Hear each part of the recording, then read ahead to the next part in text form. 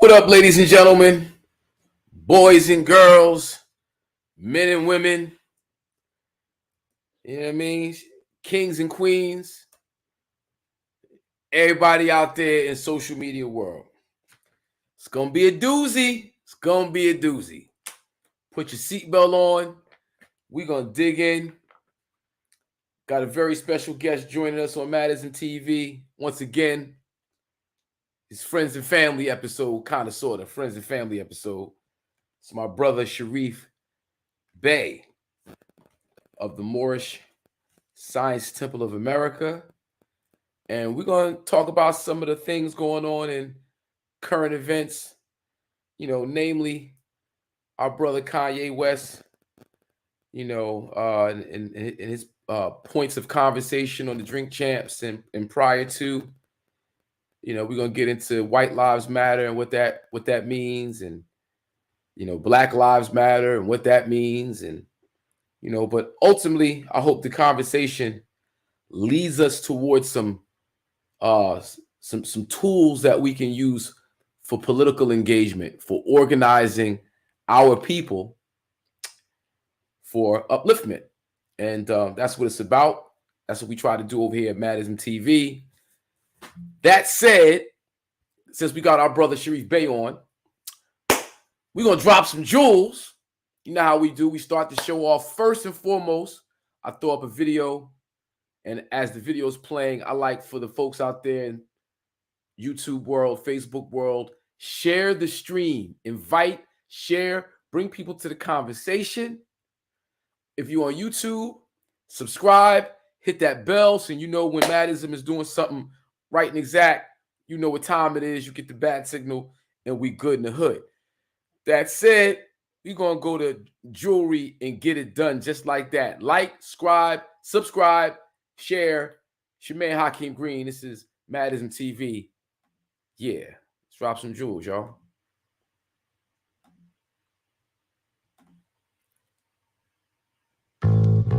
Yeah, this goes out to every old head who took the time to drop a jewel on me. You know what I mean? Little bits of wisdom. Yo, check it out. Listen. If pimpin' ain't easy, what the fuck is revolution? What? Rappers be spitting straight noise pollution. Here's a clean glass of water, I show you how to eat to live. What goes around comes, let me show you how to give. There's something that you hear when an honor's at your rib. In the street, you up your jewels, thug drool like baby bibs. I try to stay mindful, write something for the kids. Talk it like I walk it, rap it how I live. I came up blue collar, strive to be a scholar, but I couldn't eat the love, I'll only starve without the dollar. Depression and stress is enough to make you holler when the landlord's at your doorstep. The devil's on your collar. It's all like jewels. Can I drop a jewel? Can I drop a jewel? Can I drop a jewel? Yeah. It's all like jewels. Can I drop a jewel? Can I drop a jewel? Can I drop a jewel? Yeah. They call me a slacker, cause I won't sell crack for the cracker. I call women queens and I love the very blacker. Some chicks get it twisted, they'd rather be called bitches with their ass in the air like everybody's supposed to kiss it. It's a simple lesson, you get what you deserve. Is life a bitch or just a pimp with a perm? See mommy tricked out, made a little heartburn. Or something she'll forget when it's time to take her turn. When will the children learn this was better to earn? But when my niggas put in work, they like to make the metal burn. End up in the system, it's all systematic. Maturing candidates, waving automatics. A product of a project launched in the 80s. Chemical warfare meant to kill the crack babies. Now as the world turns, is it just a story? Cause keeping it real got my sons in purgatory. It's all like jewels. Can I drop a jewel? Can I drop a jewel? Can I drop a jewel? Yeah. It's all like jewels. Can I drop a jewel? Can I drop a jewel? Can I drop a jewel? Yeah. In between heaven and Hades, like earthquakes in Haiti. The fat lady clears her throat and then plays harp for the baby. They say I'm such an mystic, lyrics are mythic, but I make it so plain with details and specifics. I'm just gifted like that. I'm young and I'm black, so represent the game. I represent the fact that God helps those who helps themselves. So when God helps you, He's really helping Himself. Make every day have purpose. It's the science of life. Every breath's another role. It's a science to dice. Give me the moment. Learn from your mistakes. Try to learn from others. You get one roll at life, you won't get another. You have to learn to tricks, cause some niggas be on the gab. Want some funny business, but that shit won't make you laugh. I thought he had the bread, wasn't wonder not the weed. I'm wondering how it's coming back, cause my connect ain't getting beat. Said y'all like jewels, can I drop a jewel? Can I drop a jewel? Can I drop a jewel? Yeah. Said y'all like jewels, can I drop a jewel? Can I drop a jewel? Can I drop a jewel? Yeah. Yeah.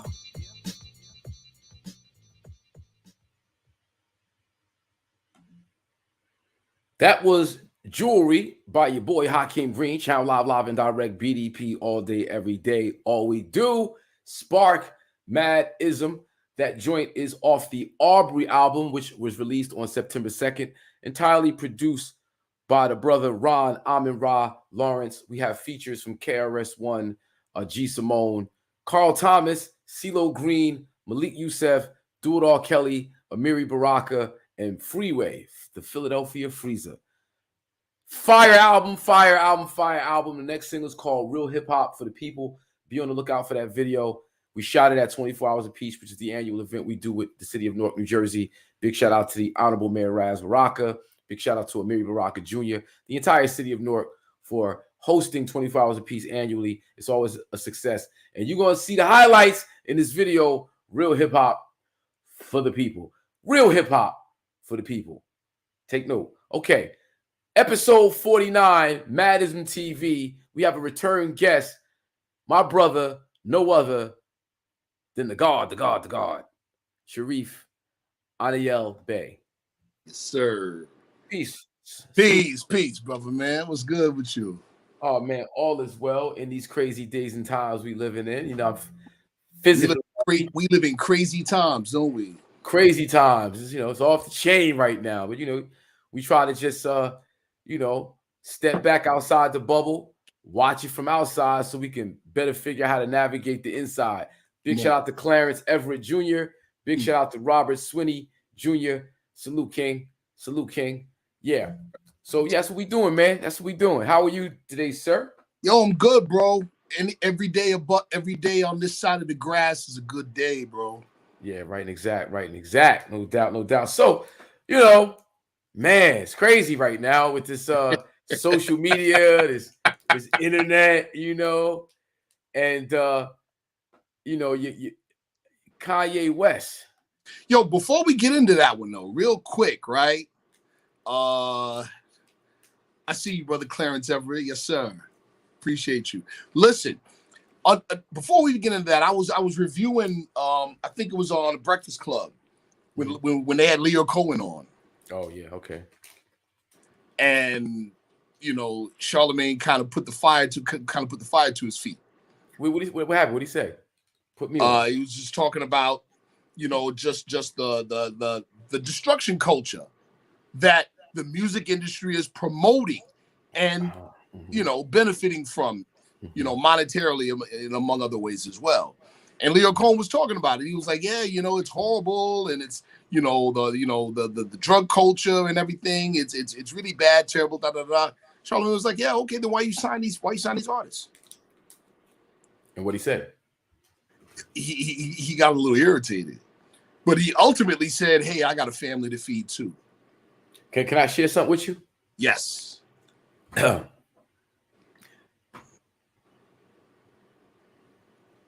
It was COINTEL. Now y'all go and tell. Hop on the gram, look, show and tell. No ethics and no codes. Just cut the pie a la mode. Spinning red whites now likes to block like a stroll. Behold, the pale horse that he rode. Right. Here to bring death with guns to unload. Conspiracy to conspire is a theory on the wire when Cohen is a priest whose doctrine is the liar. Oof. Here to rob the hood, I keep it tucked like the friar. Right. Grew into a man following rappers I admire. So anyway, you know, conspiracy to conspire is a theory on the wire.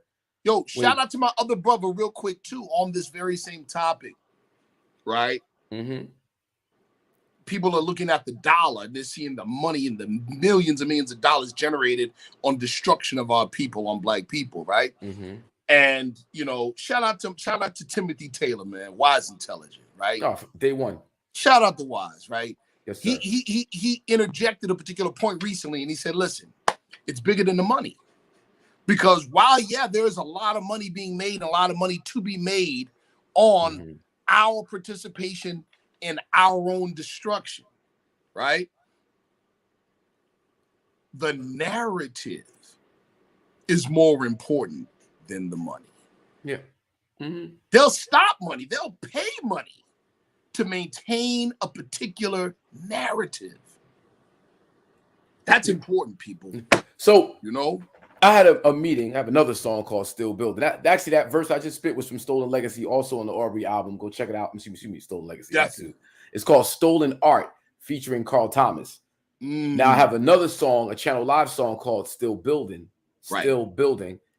where I detail a meeting I had with Todd Moskowitz up at Def Jam, who's, Leor's the godfather of his child, one of his children, I believe, or all of his children, I don't know.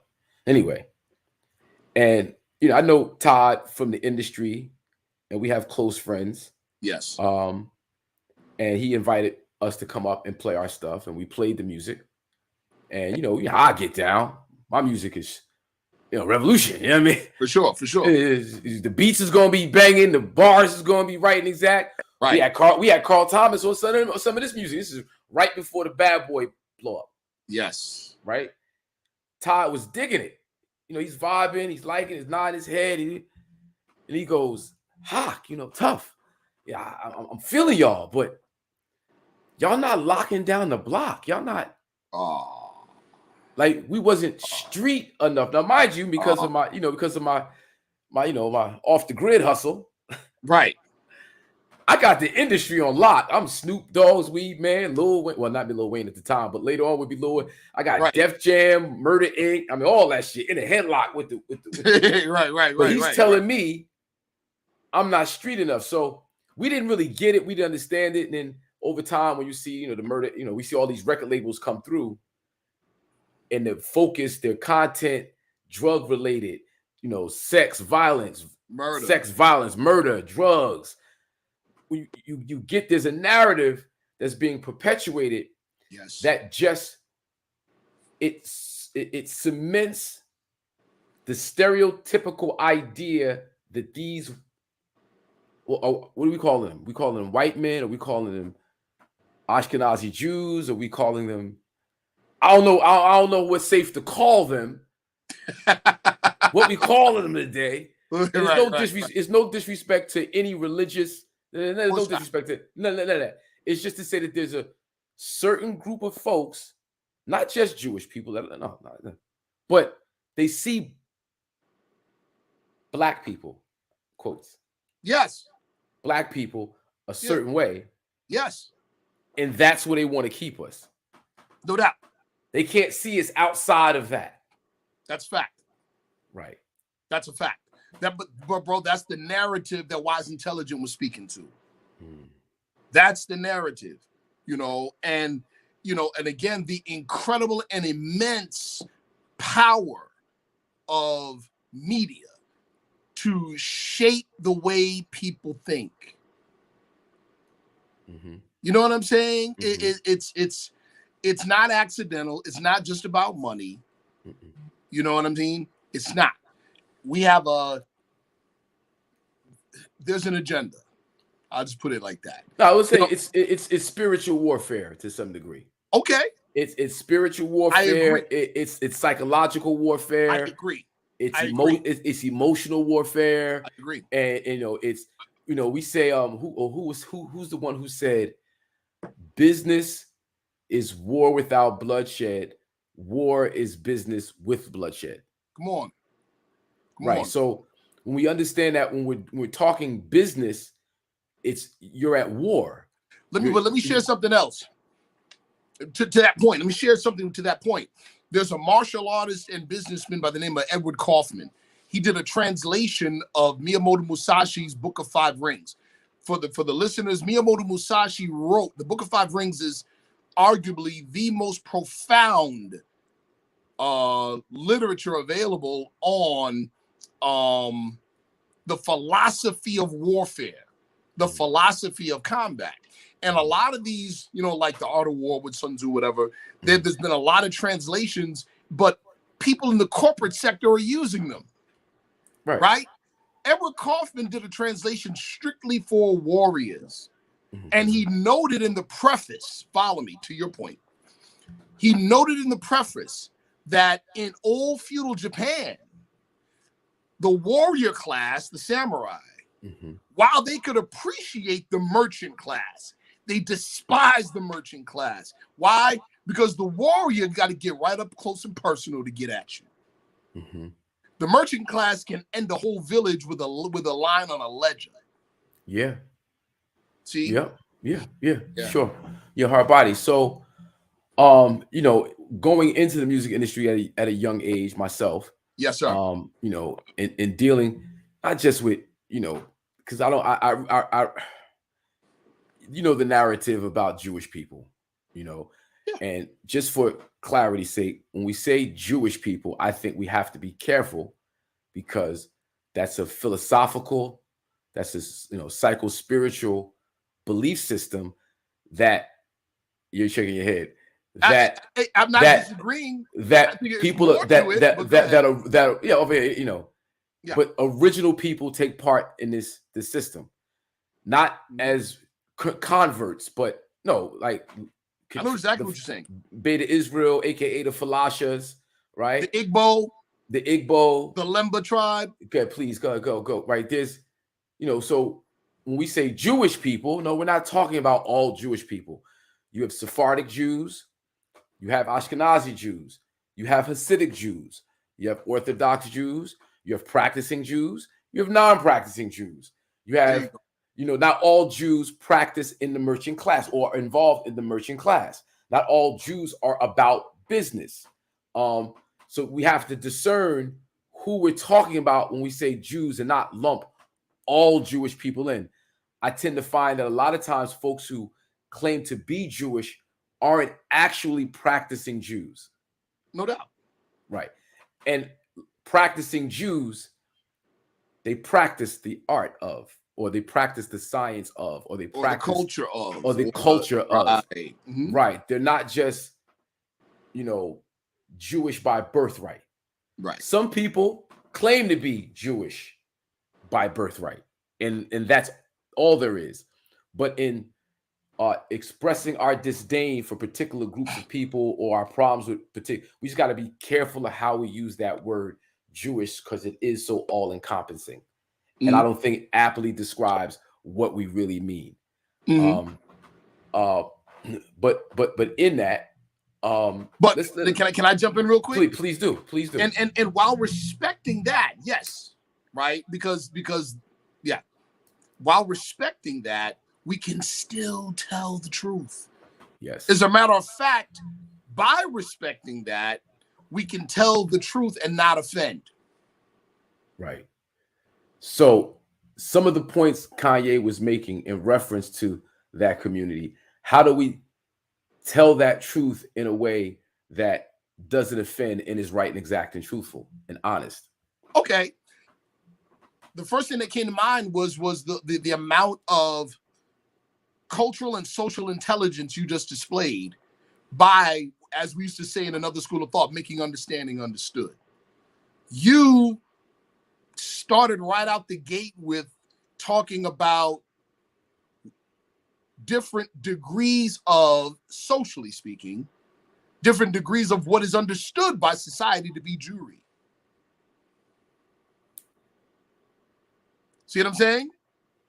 Are we talking genetic? Are we talking cultural? Are we talking religious? Are we talking, what are we talking here? You see what I'm saying? And so just by nuancing that, you're winning. You're winning. Because if I say, follow me, if I use the term anti-Semitic, well, wait a minute, Palestinians are Semitic people. Islam is considered a Semitic practice. No? Correct. See my point? Right. So what are we doing when we just, a lot of times, and I don't care who it is, throw out these terms? we're either ignorantly or knowingly playing on the ignorance of others. That to that point, right? Anti-Semitic, Right. right? And what is a Semite? What What is a Hebrew? What is an Israelite? What is an Israeli? Woof. What is a Jew? What's a Zionist? What's a Zionist? That's the key. What's the Zionist? Now, Semite. Correct me if I'm wrong. I know there's probably different schools of thought, but Semite comes from the word or the name title Shem. Correct. Okay. And that refers back to Shem, the second son of Noah. No. The first son was Ham, second son Shem, third son Japheth. Right. All right.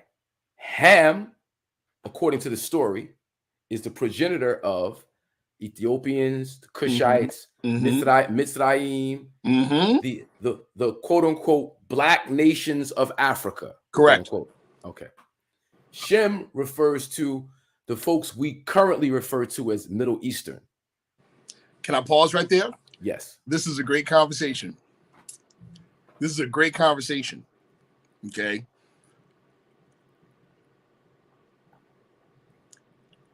When we study, when we research, and I've said this before, I think I said it on your show, we have to make sure our methodology is contextualized. Okay. We can't look at ancient norms with modern eyes. Right. All right. That being said, the language group, it's because the language group, the term Afro-Asiatic is a language group. Okay. Those are Semitic people. Okay. You understand? Okay. So by today's norms, if you saw an Afro-Asiatic walking around America today, you would call him black. Yes, you would. Right. But not of the Hamitic people. Now, let's talk about that. Okay. Glad you brought that up. Right? During, the late 1800s, going into the into the 20th century, right? You're talking, you had the rise, heavy push of European revisionist sociology and European revisionist psychology and European revisionist anthropology, okay, and ethnography. One of the champions of this was a man named Charles Seligman. Charles Seligman is famous or infamous because he pushed what's called the Hamitic hypothesis. Okay. The Hamitic hypothesis was, in short, I'll be very short, the way that white supremacist interests can explain away high civilization in ancient times in Africa, and at the same time say that Negroes are incapable of high civilization. How did they do it? They said that the people specifically in North Africa, East Africa, above the Sahara, were not Negroes. They were pastoral Europeans, light-skinned Caucasians, Eurasians, anything but. That stigma still exists to this day. You understand? So they'll say the true Negro is the sub-Saharan African. So we have to be very careful when we hear the distinction between Ham and Shem, because automatically, because of the European psychology, we think that Ham is us and Shem is not. Mind you, three brothers, all from the same father. Now, but that would Kara spoke to that. Now, Japheth, yes, sir, as the story goes, yes, sir, would dwell in the tents of Shem. Yes. The descendants of Japheth, Gomer, and there's a whole bunch of other names I forget. Yes. But y'all can check it out. The genealogy of Noah. And it'll take you down to 3 sons. And you'll see that Japheth was a progenitor of the people from like what would be, I guess, Northern Asia, the steppes, Far East. That's right. Germany. Because matter of fact, Ashkenaz is a descendant of Japheth, or he's from the line of Japheth. Yes. Ashkenaz. Right. So you get the Ashkenazi Jews. I don't know. I'm just speculating. I'm speculating. I'm just connecting dots here, right? No doubt. But the stories, we're going by the stories. If you could be anti-Semitic, then what's Shem? Come on, bro. So we're using the story of Noah. That's what we're using it. Yes. So if somebody's anti-Semitic, we're using the story of Noah. Right. Okay. And in this story, Ham is the black tribe, and we just dispelled that and why that's bogus. Right. Then you got Shem, you got Japheth, yes, who's Ashkenaz. He's not Semitic, right, according to your story. Right. According to your story. Blood. Now, the religion is a different thing. That's a philosophy, right. That's a practice. Correct. Anybody can be, as far as I know, anybody can be Jewish if you're practicing. If now, you submit to the okay. Now let me stop. I want to jump in really quick. Okay. In our present day socialization, that's how we see religion. Right. 500 years ago, 600 years ago, religion was inextricably tied to identity politics. We're going to get back to that, but I just want to put that in there. Well, okay, because that throws a curve. That throws a curve because my take on the thing is that ultimately it's all a mythology.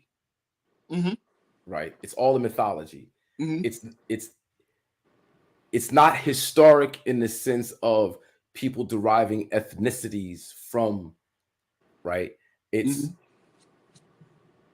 the way I see it. It's more like people like 25,000, 30,000, 40,000, 50,000 years ago. Right.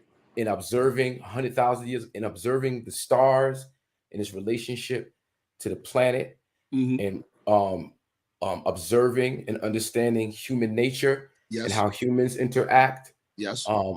Understanding the science of energy. Yes. The Hermetic principles and all that stuff that goes into it. It's it culminates to some degree in Kemet, but that's like after thousands of years of people studying and observing and having a body of knowledge to share, and then dumbing it all the way down to where the average person can follow along a mythology that's really not about like it's just changing names, but the principle, the truths in these stories are so real and so factual, right? That it could literally apply to any time. And that's why it does apply to every time. Bro, what you just described, see, in the West, we hear the word mythology, and especially those of us that consider ourselves woke, we hear mythology, and the first thing we think of is, oh, it's not true, it's false, it's pseudo, right? What you just said is extremely powerful, and what you just said speaks more to the truth of the matter. Here it is, right? What you spoke of, rather than use the word mythology, we would use the word mythos. Mythos. Yeah. Mythos is a social technology. It is a way of passing universal truths in a pure fashion over millennia. Right. We're not necessarily talking about linear historical events. We're talking about a pattern of psychology that creates real events. Yes. That's the power of mythos. Mythos is, follow me, because this now, okay, watch this. Mythos is intangible, like you put out, as you just mentioned. Mythos is intangible, right? A lot of things that are passed in mythos, we cannot accurately point at or prove in actual history. That's not the point.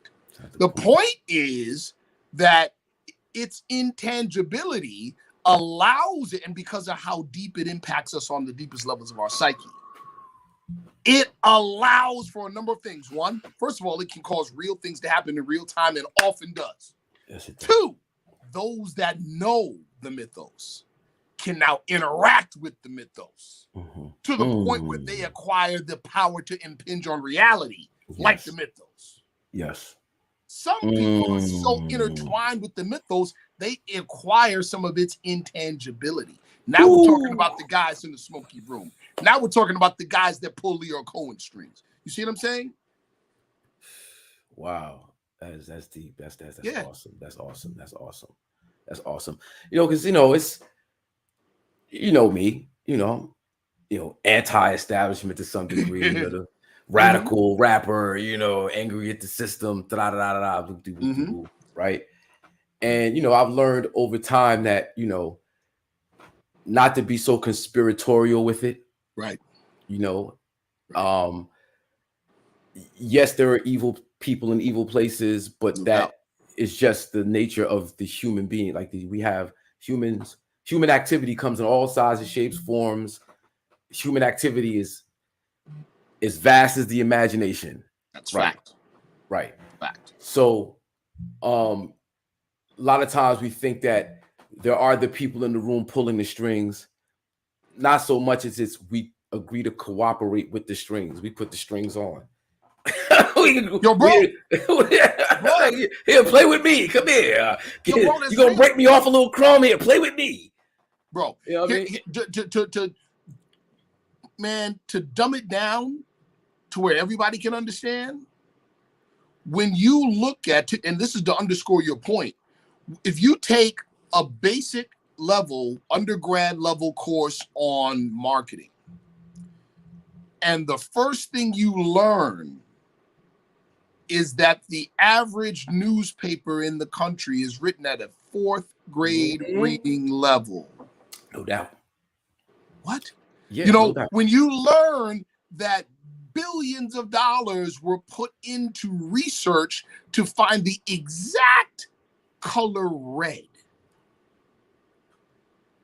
that fast food companies paid money research for to put on signs because they know that you seeing that color in the deeper levels of your psyche would stir up feelings of hunger.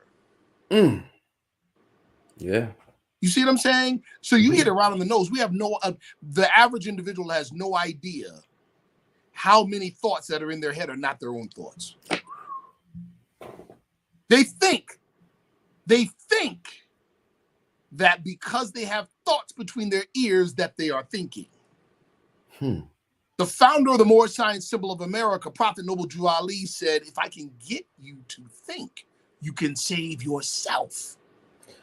The presumption is we don't know how to think. Someone's doing it for us. Wow. Now that's incredible because the joke was, Nori said it's called Drink Champs, not Think Champs. But, sheesh. In all fairness, Nori and Drink Champs have gotten a lot of people thinking about a lot of conscious stuff over the last few years, and not just with this whole Kanye thing. Like, people is, are joking. It's a big joke right now. And it's, he's making the apology tour and they're questioning why is he doing it and what have you. I'm not going to give an opinion either way, just other than to say that my experience with that show is that the level of conversation and what they've allowed has been very positive and beneficial. All even though there's the jokes and there's the drinking and there's all that other stuff going on. There's all that other stuff. They give the platform for people to come say some things. And yes, so I just I'm a little hurt that they're going through it like that, because I know that wasn't their intention. Right. But when you have a loose cannon like Kanye with so much money, what's the difference between influence and power? Ooh, bro. I would say power is influence. This is what I would say. Prophet Noble Drew Ali said, it's not money or clothes that make a man. It's free national standards and power. Power in this case, like I was saying about the narrative, is more important than the money. Because if you control the narrative, you control when, where, how, and with whom people will spend the money. You see what I'm saying? If you control the narrative. And so that's why I would say power and influence are right. Well, at the very least connected. Right. The reason why I say that is because, you know, we look at certain folks with so much money, you know, and so much influence. Yes. But when you look for the power and the influence, I got what you're saying. It's rooted to somebody else's structure. Come on, brother. Like it's the you know, we just discipline, organization, and structure is something. So I told you, I was down the conspiracy theory rabbit hole for a long time. No doubt. Long time. You know, I wasn't voting. You know what I'm saying? I got turned off by that. You know, I was just, you know, just no doubt listening to some unsavory characters. Let's just put it that way, right? Yes, sir. Books, literature, you know, the whole 9 yards. Bro, right? you're growing. You're growing. Right. As you know, we have, you know, Prophet Drew Ali said, as man unfolds, as God unfolds. Yeah. Man's God today, tomorrow's not God. Yeah. So watching what happened in Newark, New Jersey with the election of Ras Baraka as the mayor. And seeing the political structure that was there prior to, and knowing, you know, county, state, you know, it wasn't an easy go for him. They really didn't want to see the brother, right. You know, but being able to organize, you know, our people into a voting block and making an effect at the polls got our people in position to maintain control of that city, you know, and make sure that we have a seat at the table. There's always compromise and there's always negotiation. There's always, but having representation in an organized form of city government, one of the most one of the biggest cities in the country. That's fact. Right. And he's done 2 terms on his 3rd term right now. Right. And our brother Do It All Kelly from the Lords of the Underground is now a West Ward councilman. Yep. So I say all that to say organization and representation. Can we speak to that? Come on, brother. Listen, first of all, let me tell you this, and this is something that a lot of people, especially the viewers, probably don't know about the Moorish Science Temple of America. What you just said, also incidentally, the organization was started in 1913 in Newark, New Jersey. Organization got started. Noble Drew Ali started teaching at a barbershop on 181 Warren Street, bro, Newark, New Jersey. That's fact. Their first location after the barbershop in 1919 was at the corner of 12th and Rutgers. Wow. That's a fact. So anyway, I say all that to say that. It's true. But I say all that. So actually, and you got to think about that. We don't believe in coincidences. So the fact that Ross is doing what he's doing there, come on, bro. And especially when I say this, the very first Asiatic or African-American elected to Congress since Reconstruction was Oscar DePriest in the year 1928. And it was 3,000 votes coming out of the Moorish Science Temple of America that made it happen. This is history. What you're talking about an issues-based national, okay, an issues-based national vote block, is what Prophet Noble Drew Ali called a free national ballot. What you're talking about, bro, is the game.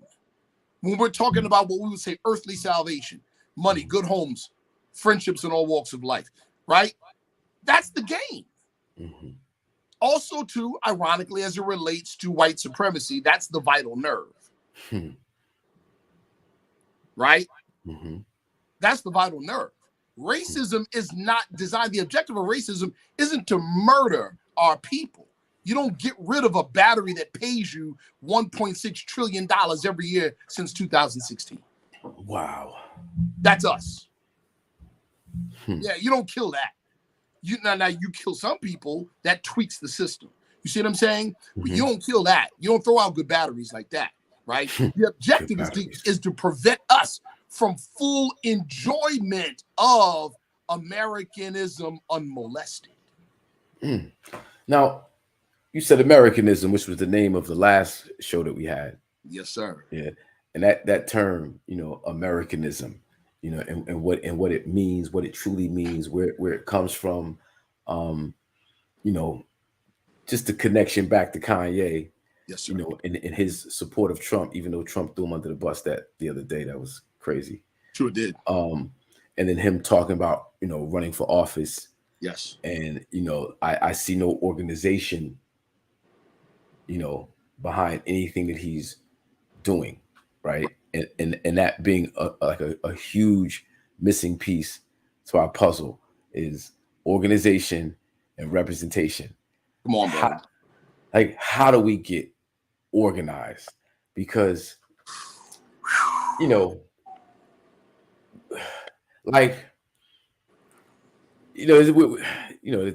Republican, Democrat, third party. Yes. How do we play the ends against the middle? Yo, we learned first and foremost, right? Dude, you hitting all the bells. I promise you. Listen, our ability to organize. When we say in the Moorish Science Symbol of America, when Prophet Noble Drew Ali said that is why the nationality was taken away, we lost our nationality. It's not talking about just identity. It's talking about our ability to organize and mobilize based on a common identity. That's what we lost, bro. That's what we lost. The biggest fear, man, what we're talking about now is literally J. Edgar Hoover's answer when he was asked the question about what is the greatest threat to America. And he said Negro unity. You understand?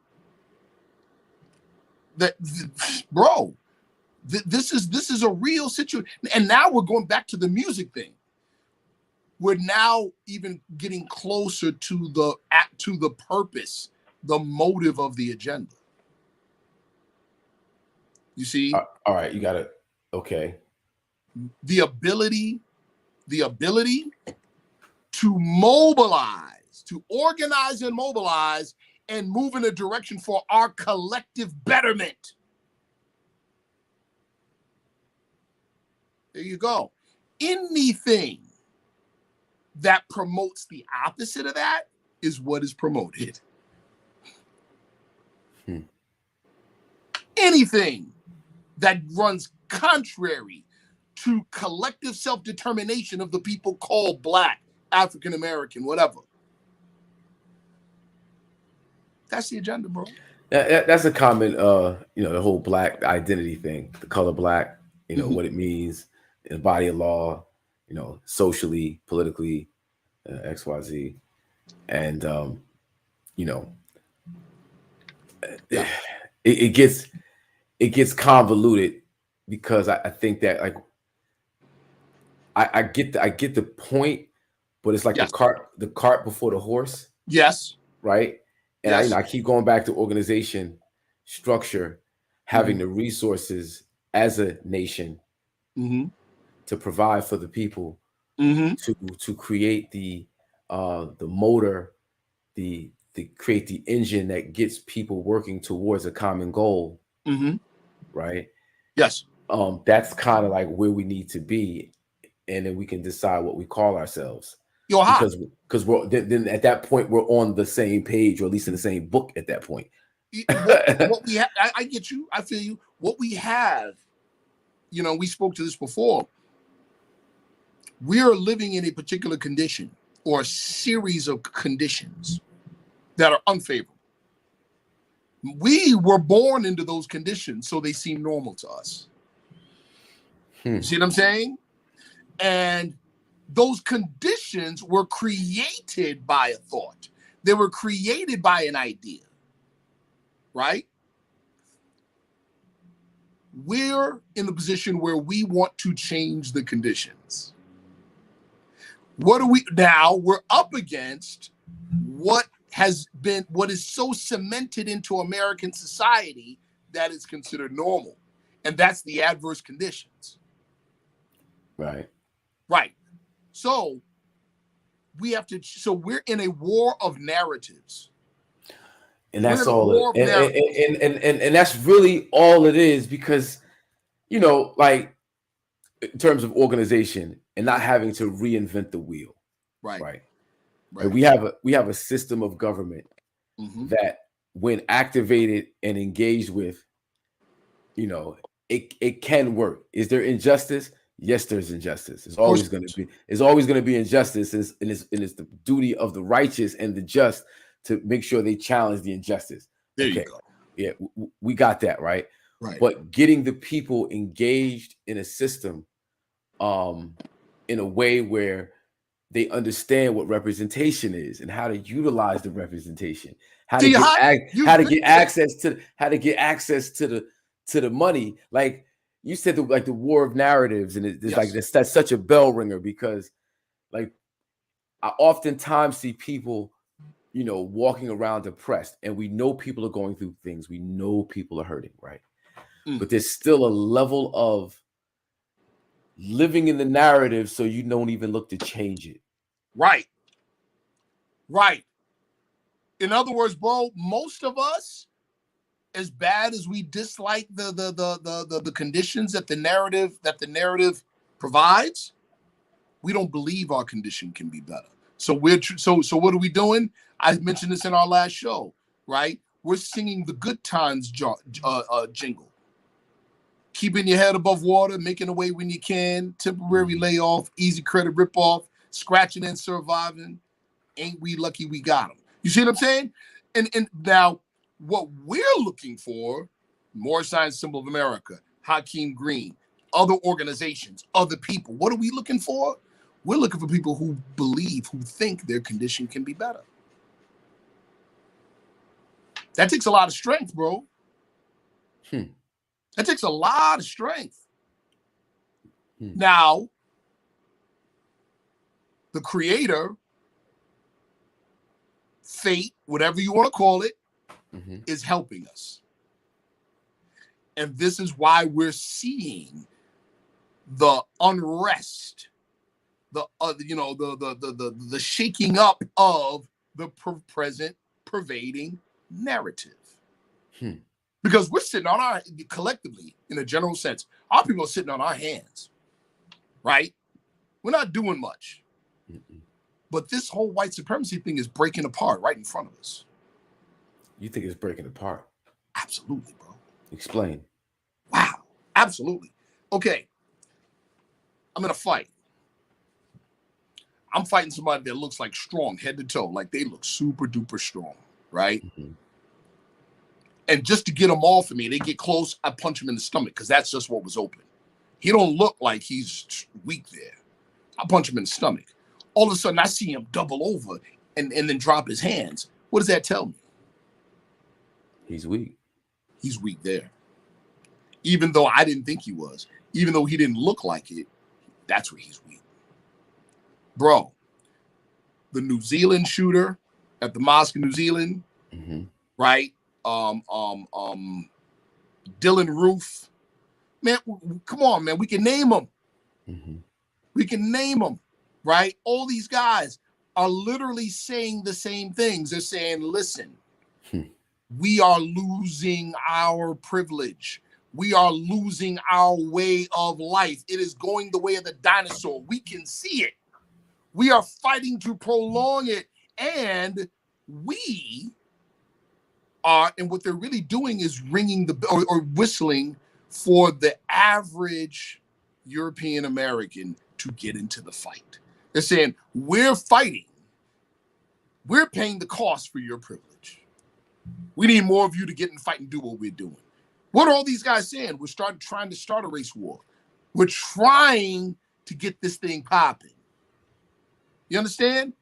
We don't see it as well as they do. But the high ground always has the best vision. You see what I'm saying? High ground always has the best vision. Yo, real talk. They're looking at it like they can see it coming, bro. They could see the end of the privilege. Jared Taylor said it best on Vice when the guy, Richard Wong, I think his name was Wong, Korean guy, was interviewing him. and it was called Dinner with a White Supremacist, right? Jerry Taylor, and the interviewer was like, yeah, you talk about this whole thing about quote unquote white people being more intelligent and stronger and more driven than everybody else, and them killing people and taking over stuff is just a result of them being more intelligent, or a consequence of them being more intelligent. He goes, you talk this intelligence thing, but you voted for Trump. And the guy said, well, that's something entirely different. He said, no. You voted for Trump. Explain that. Yo, Jared Taylor said it plainly. He said, listen, I voted for Trump for one reason and one reason only. His policies, if implemented, will slow the rate of white dispossession in this country.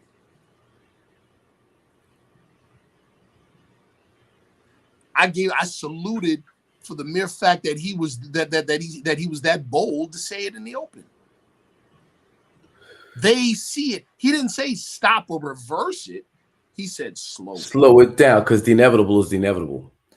So it's just a matter of time. Bro, they're calling it replacement theory now. This is replacement theory. Yeah, but Dr. Francis Cress Welsing was saying that 30, 40 years ago, 50 years ago. Yeah, it was like, listen, there's a deep-seated, psycho thing going on with white folks, where they know genetically they're being annihilated. If we just loved each other, I like what you said about love each other. Yeah, I think Tank hit the nail on the head with the music. It's how they have weaponized black music. Yes, we can't talk about love anymore. Yes, R&B is ruined. But Stan Smith, gay white dude, he can talk about love all day. Bro, he's singing songs that black artists were singing 40 years ago. Now, black artists, labels won't push it. Big platforms won't give it the same. Or the narrative is switched, and our children can't even understand. That's what happened with us with rock and roll. Our people created rock and roll. By the time you get to the 70s, we've been disassociated with it for so long. We look down on it like it's not our music. How about and that? You're hearing Mick Jagger, you're hearing the Beatles, you're hearing all the white great rock musicians giving it up to B.B. King and Jimi Hendrix and Little Richard and James Brown, and like, wow. But the mainstream media is not going to give it up like that. They're going to make us think that rock and roll is a white art form, which then pushes us out of the commerce or keeps us regulated. Yeah. So we created something new.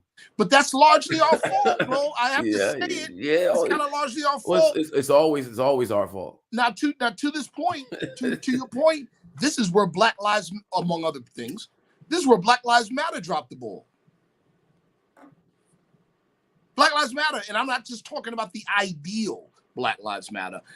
I'm talking about the organization as well, but which I have to distinguish between the two. But this is where it dropped the ball, bro. Prophet Noble Drew Ali said it this way: the fallen Asiatic sons and daughters of North America need to learn to love instead of hate. What does Black Lives Matter not address? It doesn't address our own self-hate. Well, I'm glad you made that distinction, right? I'm glad you made that distinction. Because it's the organization, and then there's the spirit of.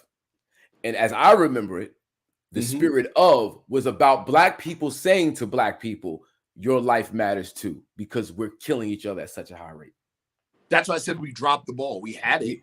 We had it like that. Well, that's why 24 Hours of Peace was created. Peace, love, unity, safely having fun. Every year in New Jersey, 24 Hours of Peace, love, unity, safely having fun, pushing the message. But anyway, the organization, the actual meaning of it was about us. It was about us. It wasn't about what white people thought about us. Right. Like we again give, other people too much power over how we should feel. Come on, brother. Like that's where we go wrong. Oof. If we're doing something amongst us, that's just amongst us. Bro. You don't have sway. What you feel isn't negotiable in our thinking. Nobody has to say food matters, or sex matters, or sleep matters, or clothes matter. Nobody has to say that. Why? Because the value is inherent. So for me to have to tell anybody, especially other people, that my life matters means I'm begging almost for them to agree, which means I don't believe my life has inherent value. I'm telling on myself. I'm confessing my own self-hate. Yeah, but you know what I'm saying? Let me toss that around for a second. Well, it's definitely something set out of helplessness. Yes. In hopelessness. Yes. That's for sure. Yes. Our relationship with law enforcement in this country. Yes.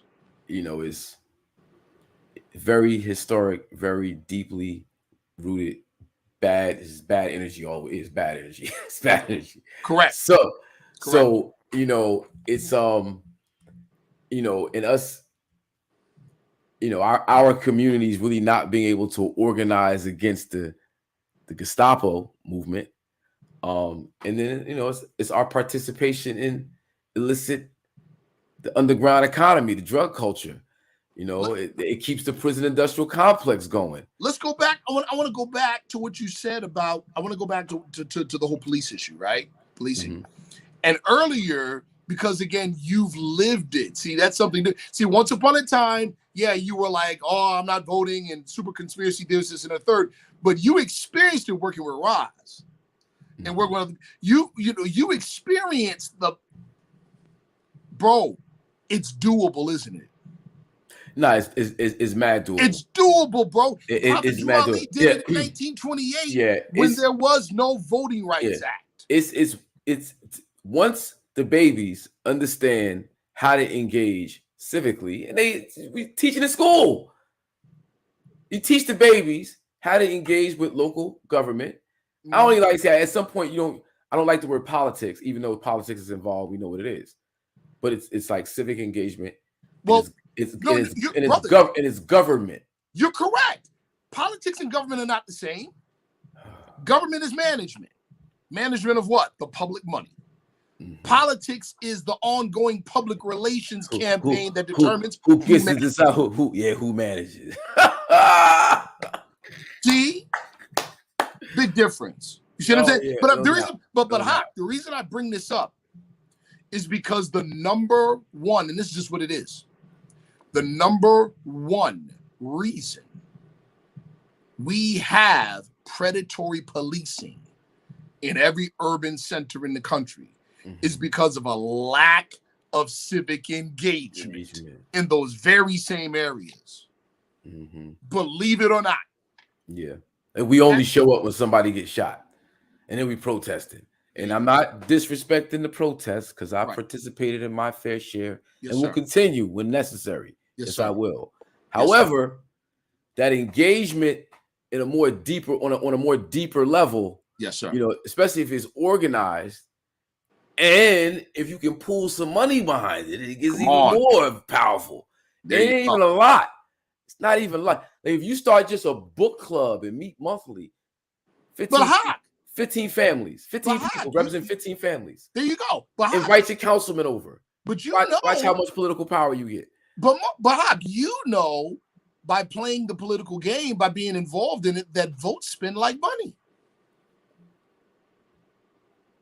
Yep, that's real. Votes by politicians, bro. Yeah. See what I'm saying? Yeah. So real quick, as a point of history for the listeners, to underscore what we're talking about right now. We hear about Black Wall Street, Rosewood. There's a whole bunch of these cities. Wilmington, North Carolina. Wait. Stop. Hold on. Because we gotta let people understand. When we talking about burning stuff down. No. I'm going before. I'm not even talking about that. I know. I want you to go there, but please Gotta add that in there, please. Okay, for sure. So those cities existed. How? See, this is a part of history that many of us are not privy to. Okay. When the South lost the Civil War, yes, God, and were brought back into the Union, mm-hmm. they were forced to adopt the 14th and 15th Amendments. Mm-hmm. But there was a third thing. Mm-hmm. Those that participated against the Union, mm-hmm. their voting rights were temporarily suspended. This is how, by 1870, over 60% of the Southern state legislatures look like you and me. Mm. Remember, government is management of the public money. Mm-hmm. Government says how the money's spent. Mm-hmm. Now you know how those Black cities, Asiatic cities popped up all over the place. Mm. You see what I'm saying? Yeah, but this, like, those cities were, because of what you said, were shining lights. Talk about those shining lights and why they no longer exist. Oof, bro. Well, first, here's the other part too, right? So you already had in socially inbred segregation. In a sense, we had no choice. We had to spend with each other. Right? Okay. Now, Black Wall Street, Tulsa, Oklahoma, 1921, burnt down. Mm-hmm. A lot of people murdered, all kinds of things. But guess what? It was rebuilt in 4 years. What ended Black Wall Street, people? Integration. Mm. Why did integration end it? Because in our hearts, we didn't love each other. So we walked away from Black Wall Street to integrate. Wow. That's what happened. We walked away from it because we wanted to be socialized into the European social equality.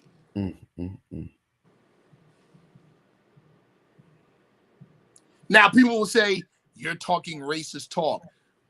Is Chinatown racist? Nope. Is Little Italy racist? Nope. Is Koreatown racist? Nope. It's smart. It's smart. It's the American dream. Yeah. Yeah, we don't stick together. We don't unify. We don't pool our resources amongst each other. Now, that ties right back into the whole what do we call ourselves thing. Now, here we go. Today in 2022, some of the most intelligent conversations are not on how to deal with residue from slavery. It's on identity crisis, ADOS, BIPOC, etc. Mm-hmm. So a lot of our intelligent minds realize that there's something going on with this identity thing. See that? We realize it. Here's the difference. And this is not me proselytizing for the Moorish Science Symbol of America. And the Moorish Science Symbol of America will work with other organizations, just as Prophet Noble Drew Ali did in 1928. Mm-hmm. That being said, I'll briefly explain the logic. Is Koreatown racist? No. Mm-hmm. Little Italy racist? No. Chinatown racist? No. Mm-hmm. What is the commonality with those three? They identify by national descent. Mm-hmm. There's a history and a culture attached. They are not identifying themselves by a former condition. That's the difference. See? Mm-hmm. There you go. We want to move away from identifying based on a former condition of servitude.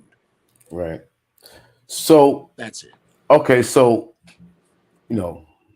quote unquote, African Americans, Black people, Negroes, right, coloreds. But then you have Jamaicans, you have Haitians, you have, you have Cubans, you have other original, quote unquote, people. Yes. Who are in the same condition, relatively speaking. Correct. Have their own sets of issues. Yes. Right. Yes. But what we African American Black folk. Right. our experience so particular and specific to here because this is where we are. Right. It's so there's so many layers to it. There's so many layers to it. You know, the physical bondage, the how many of us were here before the slavery? How about that? Did slavery really exist? Who are the culprits? Who are the culprits? You see what I'm saying? For instance, if we're just talking about the United States of America, we're talking about in slavery, we're talking about from 1779 to 1865. Mm-hmm. Or in some cases, we can go back 5 years, 1774 to 1865. But we all know slavery lasted way longer than that. Slavery predates the founding of America itself. Mm-hmm. So who you point at? I'm not saying that there's no answer to the question, because there is. Mm-hmm. But that to be able to answer that presumes that you have a knowledge of history and ethnography that has been whitewashed for a reason. Right. So I mean, the whole reparations, conversation, is something that's so interesting. Yeah. But I contend that they're never gonna give us reparations. That's something we take, and there's a number of ways to look at that. And we take it through organization and representation. Yeah. In other words, to oversimplify, be the power. Right. Be the power. So that's why I take it back to not having to reinvent the wheel. And, not more than not having to reinvent the wheel, we actually created the wheel. Come on. The wheel comes from us. Yes, sir. Not the other way around. Not the other way around. Not the other way around. We were already practicing, or the original man was already practicing democracy on this land prior to, and actually taught them. And there's enough research for you guys to do on your own. You can look it up. The 6-tribe Iroquois Nation. I can't pronounce the Iroquois Confederacy. The Iroquois Confederacy. That's right. Working, functioning democracy since like 1164 right here in North America. Right. So, that said, it's so much the revolution and anti-establishment, and it's like, nah, it's us coming together in unity, having representation, and in wielding our power, because we are the power. We make the things go. Hip hop alone proves that. Like, hip hop saved America. Like, back in the 90s, ain't nobody was checking for internationally. We made American products competitive because we put that little bit of, every commercial was hip hop. The automotive industry started adopting everything cats was doing in the streets, making it standard in the vehicles. The alcohol, the wine and the spirits industry just took off. Like, tourism. Like, hip hop did a lot for commerce in America. Hip hop saved America. Hip hop saved America. Thank you. And us not understanding our power, we just give it away. Gave it away, bro. We gave it away. It's the truth, bro. This might ruffle a few feathers, bro. Why do you think the alternative right or the radical right got their hooks in our brother Kanye right now? Yeah. See, all right, even like, it's because it's you got people here. Wise Intelligent put up a post years ago. It was a meme. Yes, meme was crazy. Meme was like, oh, it's had me like, oh, damn. Right. So it was some type of warrior with the face was covered in the scarf, head wrap, had the the AK hanging from the. It was tied. He was on a rope, or she was on a rope. It could be he or she, right? Or on a rope, doing it, right? You're right. And the caption said, "Somewhere in the world, someone's training to kill you."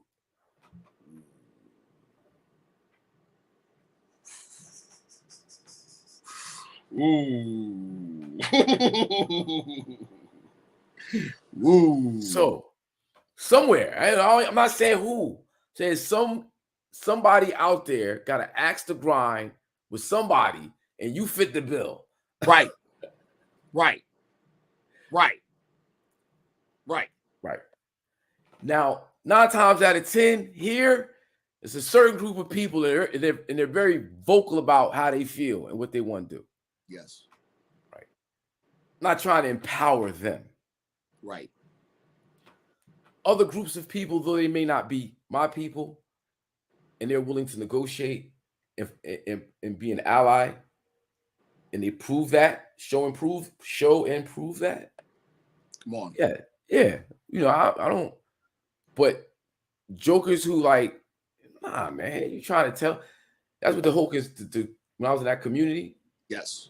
and I got to talking to just like, you know, them on them, Yes. and it's about this, and we agree on this.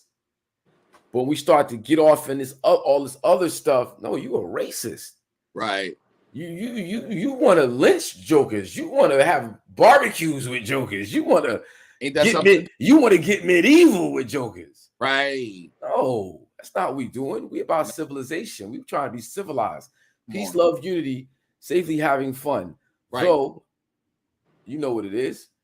Right. I mean, right. Like we don't want to empower that energy at all, ever. But now watch this. Think about what you just related, bro. It took you a minute to figure out what people were really about. The power of the devil being human weakness, is to masquerade as having the moral high ground.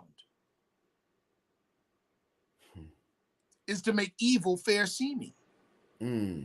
That's the power. You see, it took you a minute to figure out who you were really around. I wasn't around them too long. I know what you're saying, but it's just because being in New York City, in the late '80s, early '90s, you go in bookstores and the book stands are everywhere. You getting some really good literature, and it's mixed in with so you start to pick up on things. And you going through them, and they take little bits of factual information to lead you in the wrong direction. Brother, I told a good brother of mine yesterday. I said, listen, we were talking about this whole Kanye situation, and he was talking about some of the good things, the things that Kanye has said and does say that he agreed with and was positive. And then he said, well, I'm a Kanye supporter. I said, listen, all due respect, that's my brother. I love my brother, but he ain't my leader. Right? I said this, though. I said, but now you got to look at it this way. 90% of rat poison is ingredients that's good for the rat. It's the other 10% that kills them. See? Make evil fair seeming. Fair seeming. Ooh, exactly. Yeah, bro. Exactly. Yeah, man. It's I'm glad I'm 53.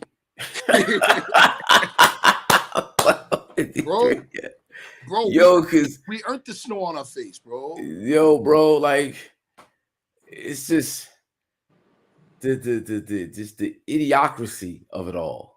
Yeah. And it's my brother Kanye, man. He's a brother. So I don't want to see him in bad shape, but he's out there on Front Street in bad shape. And the isolation is happening, I think. You see it, don't you? Yeah. But guess what? Some of our people, sadly, because of human weakness and because of a lack of knowledge, are aiding in the isolating of our brother by putting him on the pedestal and making him the target by idolization. Yeah. You see what I'm saying? Kanye, oh man, he said this and he said that, and that's so positive. Kanye's my guy. I'm going to support Kanye. No.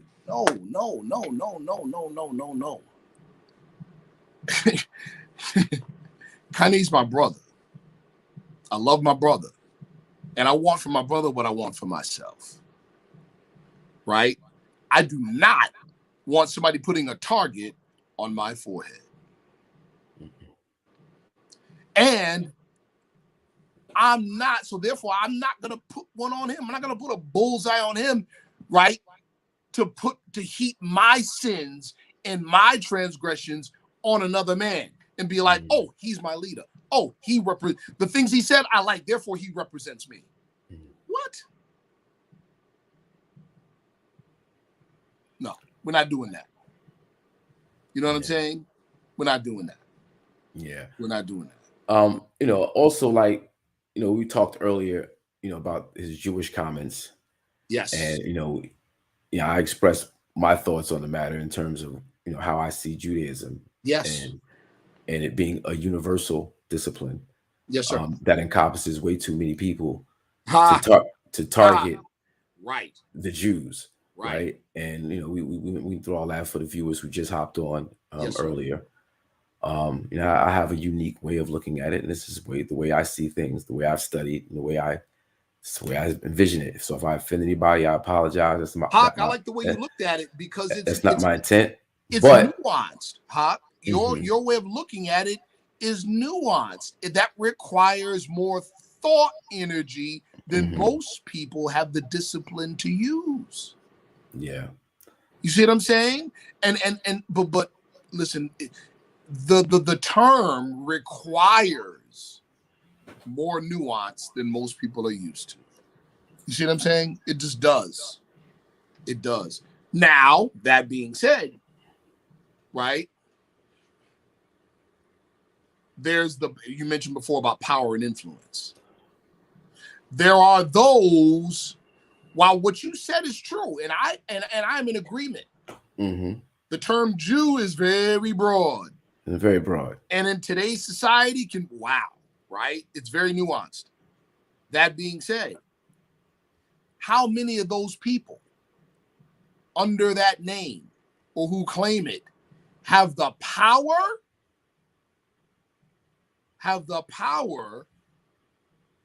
to enforce their ideal of what it is on the public?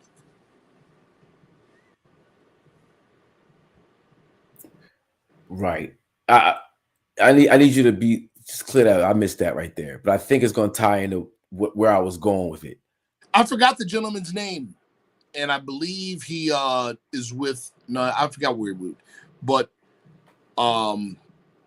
he's a Jew that spoke to publicly to Kanye's comments about Jews controlling the media as offensive and anti-Semitic. Okay. He said they were anti-Semitic, and he needs to be aware of the people he has hurt, right, by that statement.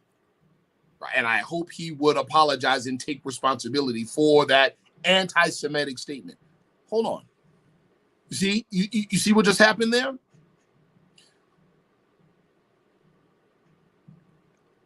That statement. Here's the question. How was this statement anti-Semitic?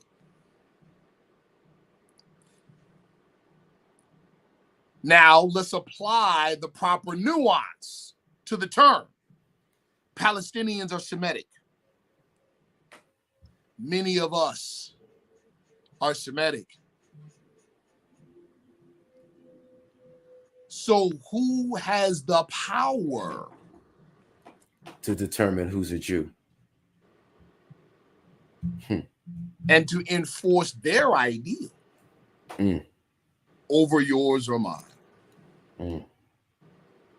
Now, where I was going with it is sir. how this whole situation can now be used to marginalize anybody who goes against their narrative.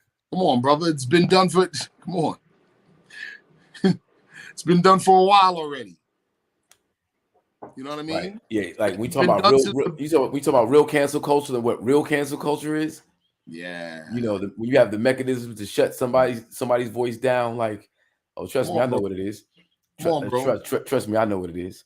Come on, bro. Yeah, no doubt. But now, so the whole white nationalist aspect of this, the whole MAGA hat wearing, Woof. Trump supporter, Woof. Yes. Yes. January 6th supporter, Yes. and how openly, brazenly anti-democratic it all is. Yes. And how Kanye don't read. Come on, bro. And he got a lot of our people thinking that he has nuanced understanding in the political sphere, in the governance sphere. How about that? Right. And Ain't that something? And how dangerous that is. Well, you know, our people too, bro. You know, especially people that are so familiar with being or feeling powerless. Even the illusion of power, even in being able to say something you think other people don't know, makes you feel big, makes you feel strong. Mm-hmm. You know, and watch this. For how many decades, we've been the purveyors of conspiracy theory because we are the oppressed. Who's doing it now?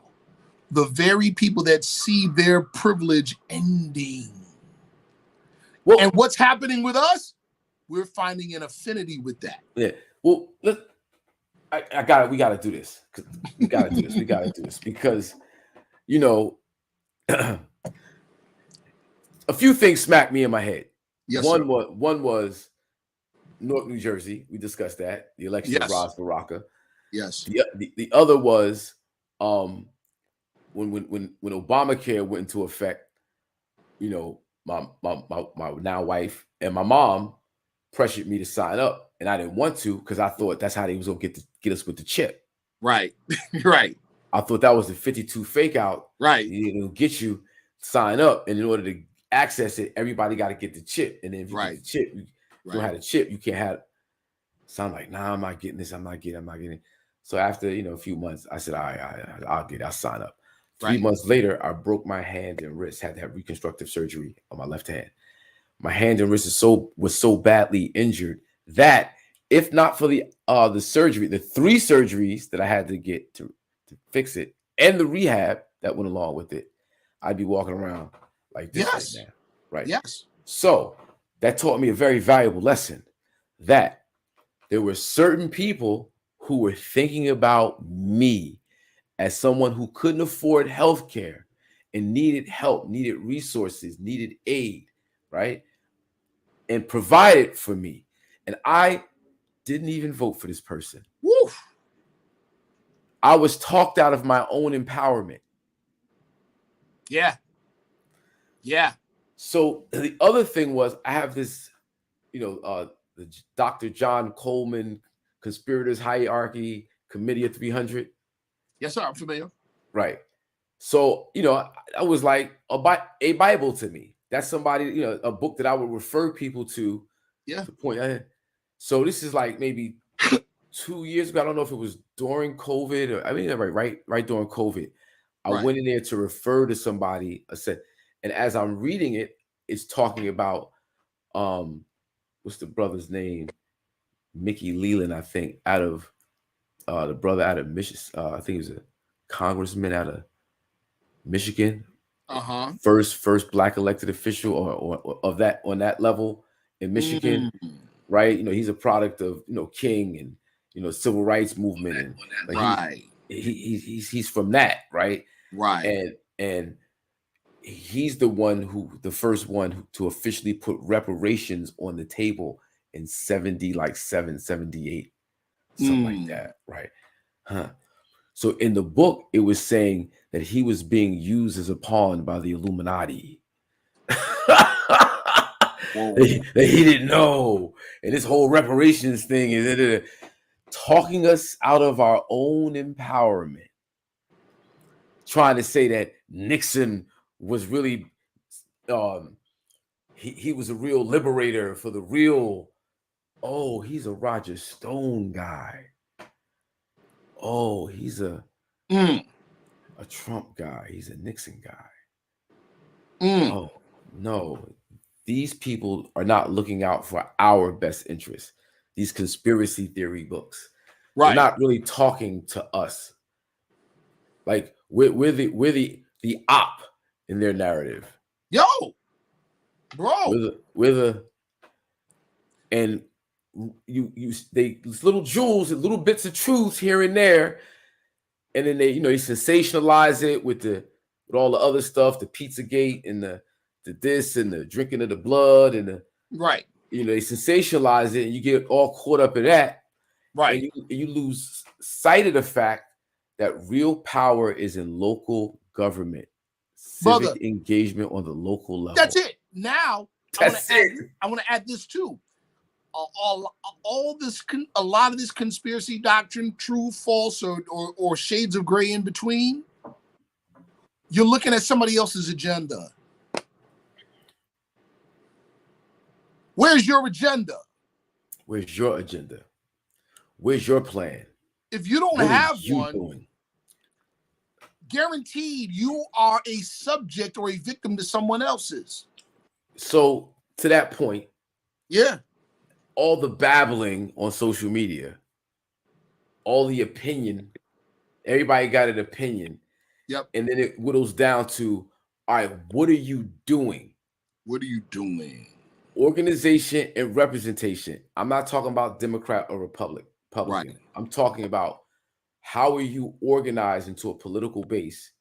Somebody needs to go down to City Hall, local government, which is paid for through your tax dollars. And even if you don't own property, just the fact that you move through a township, you're generating revenue.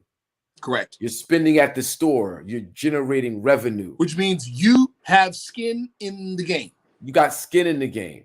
It doesn't take you going and donating thousands of dollars. The mere fact that you're a citizen or you're a part of the community, let's put it that way, because I know there's the word citizen and what it means. Yes. You're part of the community and you're giving through commerce. That's energy. That's fact. You have say-so in what goes on at City Hall. So if you go into a store repeatedly and buy milk and put your money on the counter and leave without the milk, you look crazy. That's what we're doing. Yeah. And it's like everybody doesn't have to go. It would be good. But if you had a group of however many people, it could be 5 people, 10 people, 15 people, represents families, represents a network. Right. And you meet regularly, once a month, once a quarter.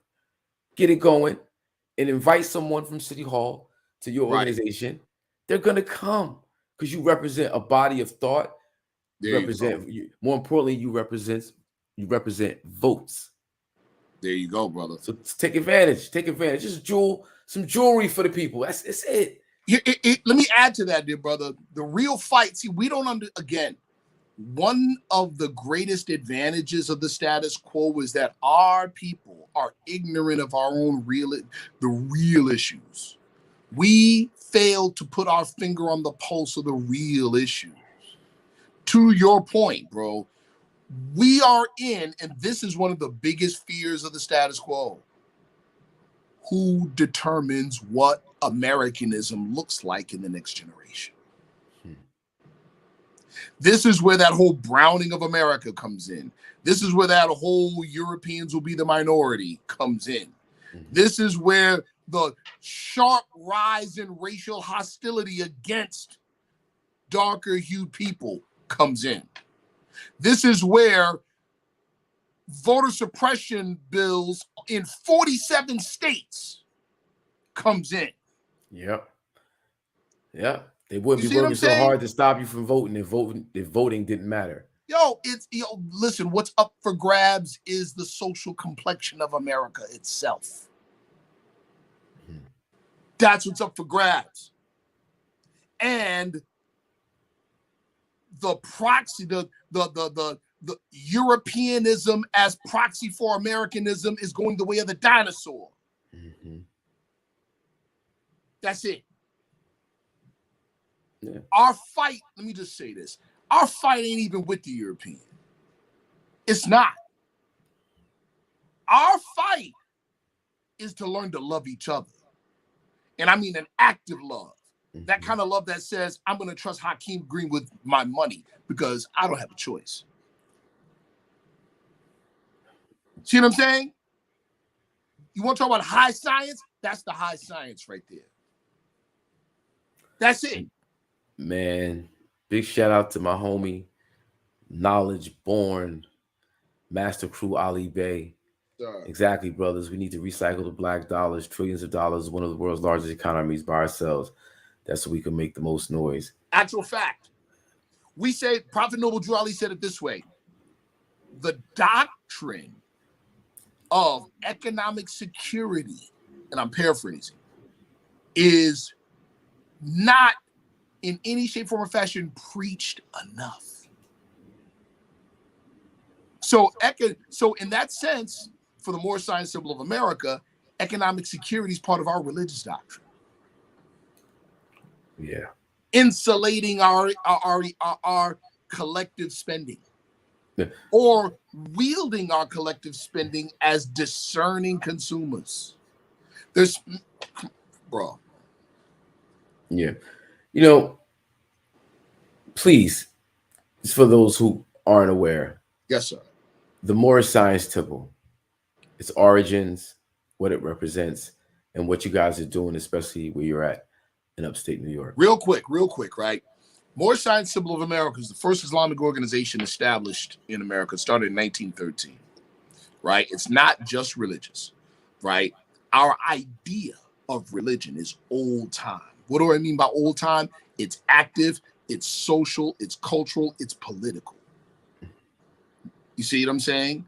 The idea of divine and earthly salvation is tied together.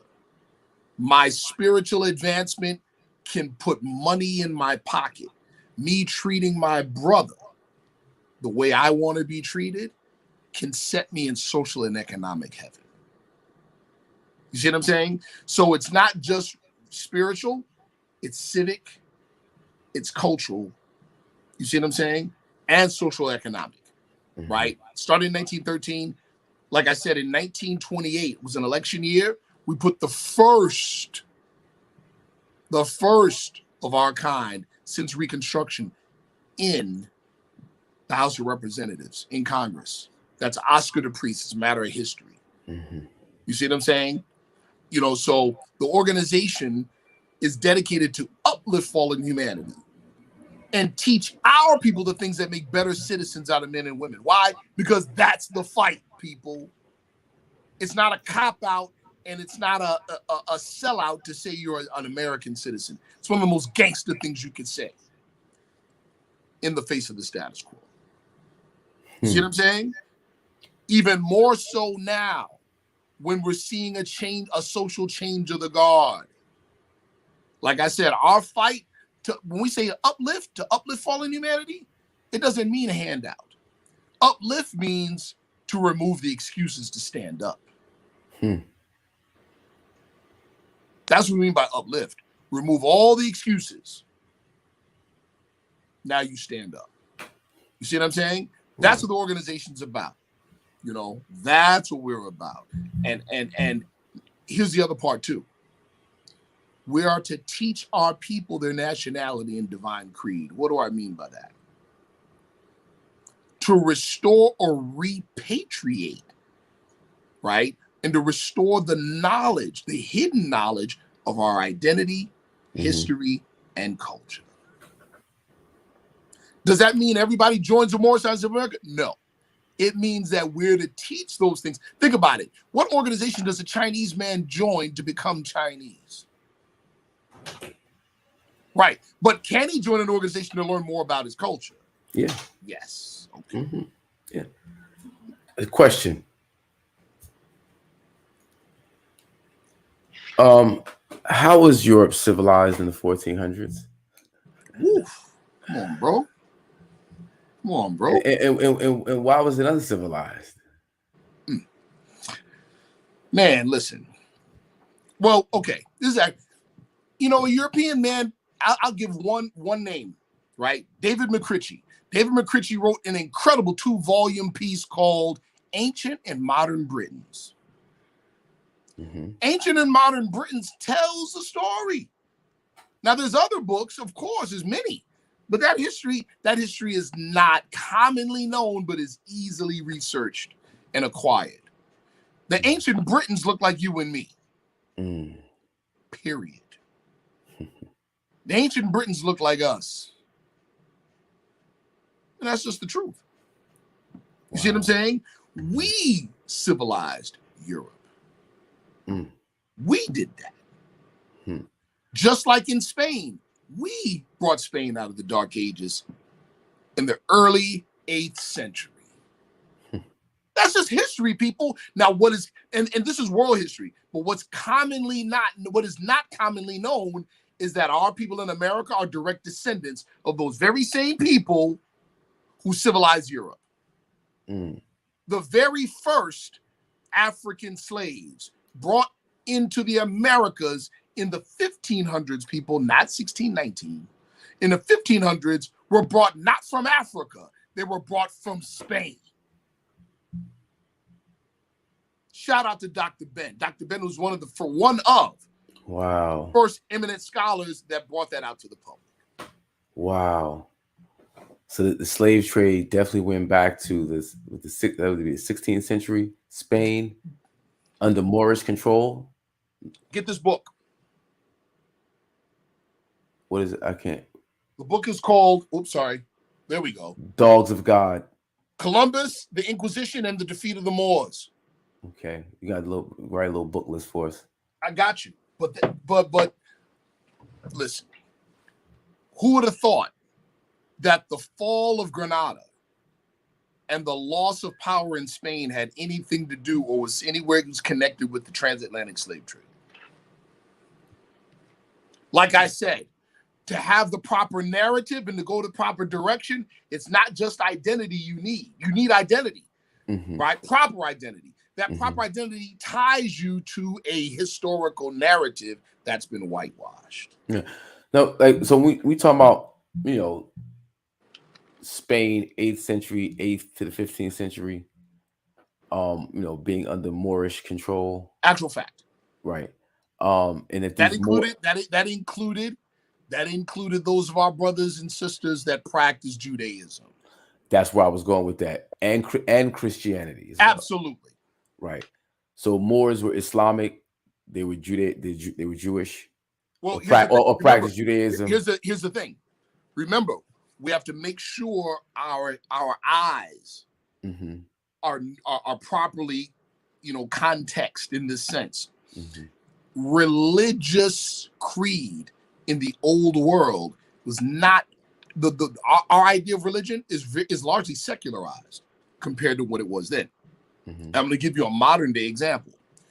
Back then, religious creed is tied into identity politics. So if you said Christian, the presumption is you were talking about a European. Yeah, if you said Muslim or Jew, the presumption is you were talking to about an Asiatic. Muslim or Jew. Yes, sir. We're talking about, Asiatic, original people. Yes. Folks that we refer to as black people. Today. Correct. African, like people from North Africa. Correct. Came or black people. Like you see Hakeem High Yellow. So, and if I'm walking down the street, y'all consider me, he's a black person, right? All right. So, okay, we black people. Right. But listen. Brother, also Jewish. Yes. But brother, what exactly? We have to do this type of cultural and social translation because we can't look at ancient times with modern eyes. We'll miss it.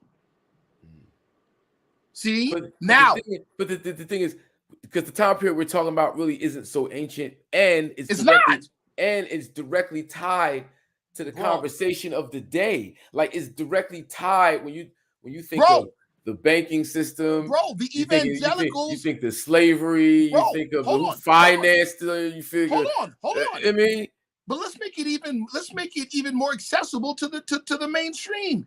The evangelicals and the radical right still think this way. That's why they call Trump a good Christian. And no matter how many churches he belongs to, they call Barack Obama a Muslim. Mm-hmm. That's why, bro. That's why Richard Spencer is on, what's his name show? Roland Martin. Oh, Roland Martin. He's on Roland Martin's show and called himself a cultural Christian and literally defined it the way I'm saying now. He said, my religious creed is tied to my identity as a white man. That's what he said. But now, it's crazy because, all right, but you do realize that all of this scripture you reading, all this stuff right here goes right back to us. These people that you have all this disdain for. Like, there's actually no way around the fact that original man is all up in the Bible. It tells you in the book. It's what it is. Correct. So all this hatred toward. Well, what you have, bro, is a usurpation. Like, we'll talk about, it makes sense to us to be like, oh, wow, this group of Europeans adopted a particular culture. And now it all, because of power, have replaced. Okay, you get it? With the whole it's the same thing with hip hop. Right. It's the same thing with rock and roll. Why can't it be the same thing? Hold on. Why can't it be the same thing with the Arabs? Well, what do you mean? What do you mean? Hold on. What do you mean? Why can't it be the same thing with Arabs? I'm missing it. I'm sorry.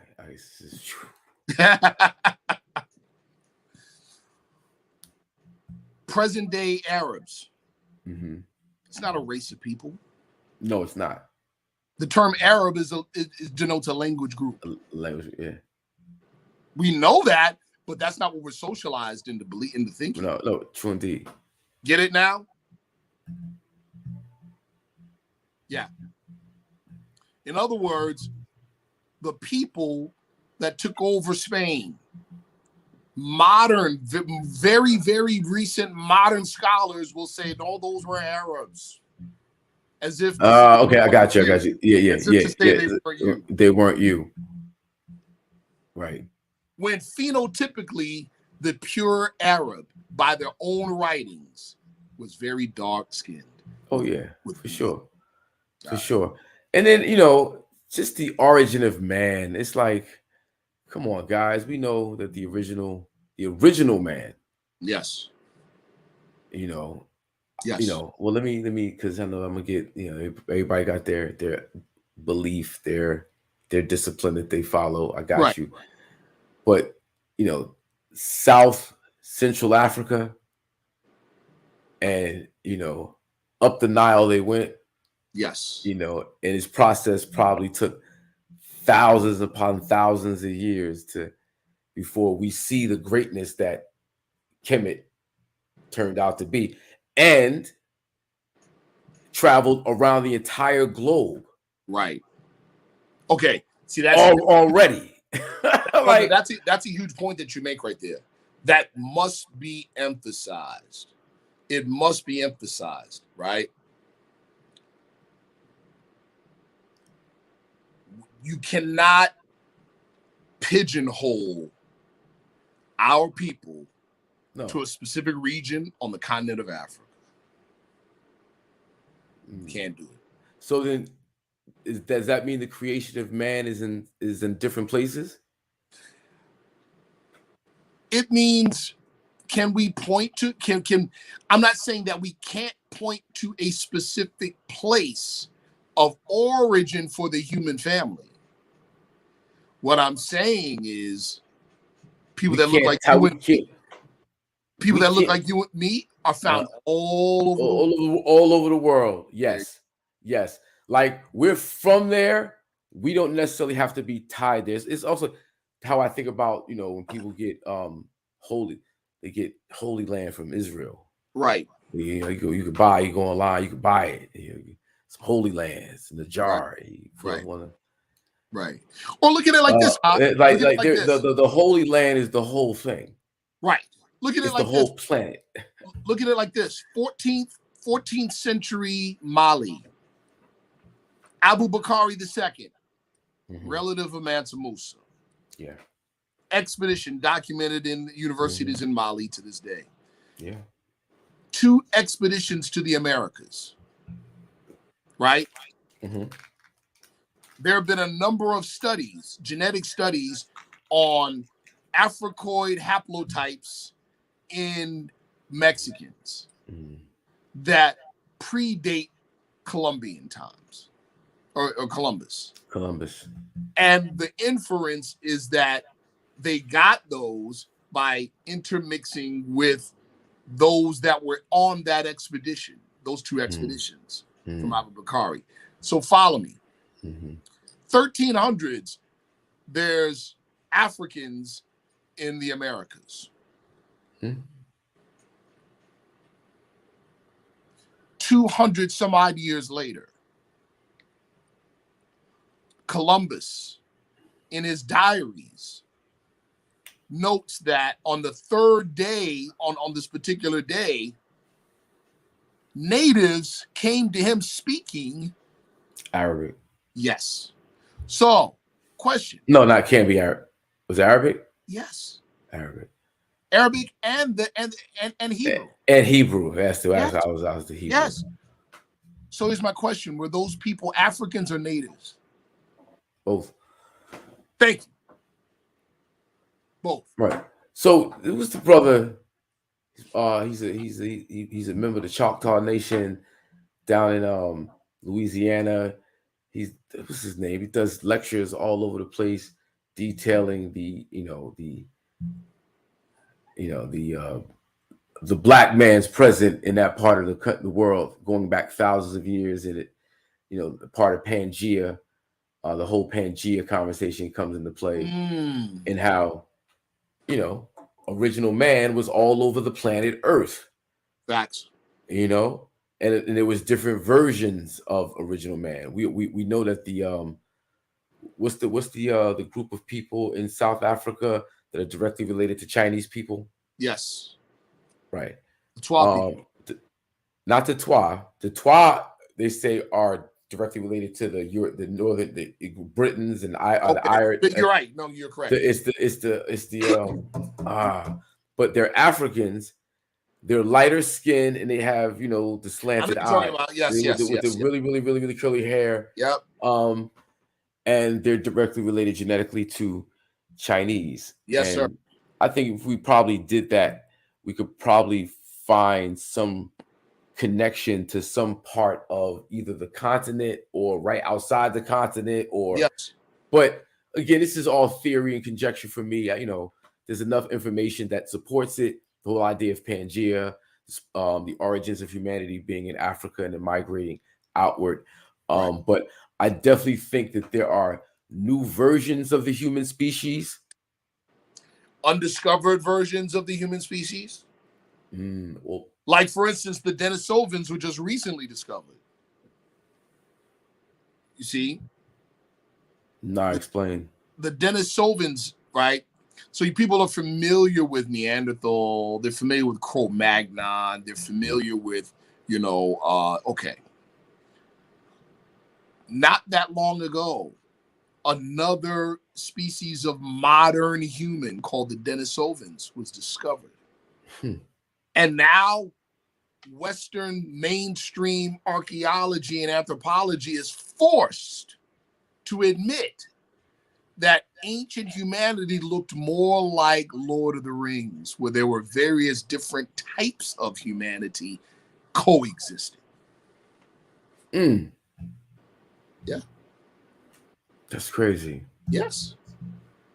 That's crazy. That's real. Yes, sir. So with all this intermingling and interbreeding, over the last how many years? Could be something else, brother. Since you want to go there, here we go, right? Maybe those other species were bred out. But that's based on a very ignorant inference that because we don't see them anymore, they must have been bred out. Maybe they're way more advanced and we don't see them because they don't want us to see them. I'll leave that there. That's real. That's real. Man, it's a powerful discussion. Yes, sir. Yeah, what time is it? Let me see. We at. And we almost 11. We almost 2 hours in. Yeah, no doubt. Yeah, we got busy. We got busy. I'm trying to think of anything I want to touch on before we break this up. Oh, I know what it is. Yes. All right, so here we go. Back to the beginning of the discussion. Yes. Kind of, sort of. You got Jew. Yes, sir.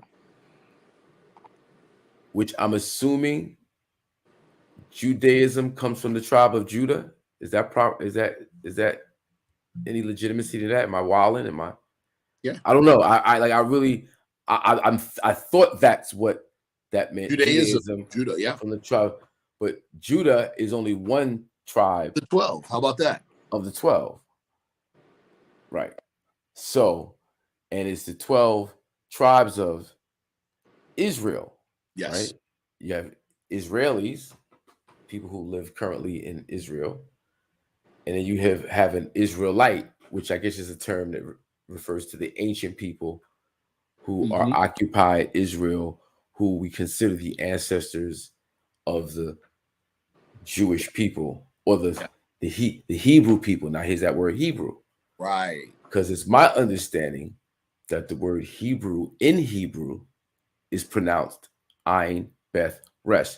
Excuse the accent, my bad. I don't, pronunciate the word, but Ayin Beth Resh, which literally means eye in the house of the head, and refers to an activated pineal gland, which allowed the individual to cross over into the heavenly realms to commune. And then this whole idea of crossing over gets applied to crossing over the Fertile Crescent. And it gets applied to a historic activity as opposed to it to being a metaphysical, spiritual connection. Okay. It's just an understanding I have of it. I like it. But I like it. But the word Hebrew, eye in the house of the head. Now, brother, there is, and here's the thing. One thing too about truths, right? They can have those simultaneous meanings, and all of them can be no less true. So there is a historical, link to this whole thing, this whole name, Hebrew or Habiru, right? When people speak to it, automatically they're thinking, a lot of people are thinking, oh, that's biblical and the Bible's a myth and it's not true, blah, blah, blah, blah, blah. Pause. Right? During 18th dynasty Egypt, there's actual records from the region of rulership, Amarna, right? Called the Amarna tablets. The Amarna tablets are literal communications between leaders and pharaohs during 18th dynasty Egypt. And in the Amarna letters, that's Akhenaten, Tut, Nefertiti. Yeah. Right. In the Amarna letters, it details a group of people driven out of the land of Canaan. At that time, what we call the land of Canaan is now present-day Southern Arabia, Yemen. Driven out by a man named Joshua the Robber, who led the Habiru. So that's an actual Egyptian governmental record that details that these Canaanite people asked the permission of the pharaohs of Egypt to settle in the area now called North and Northwest Africa.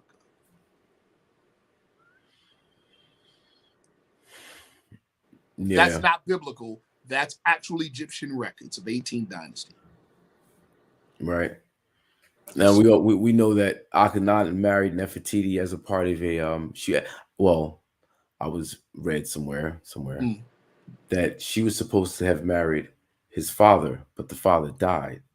It was mm, the marriage was a what do you call it when two governments married? It kind of so she was from the Empire of Mitanni, mm. which was in I want to say like where Turkey would be. Uh, Interesting. I might be off. Excuse me if I am.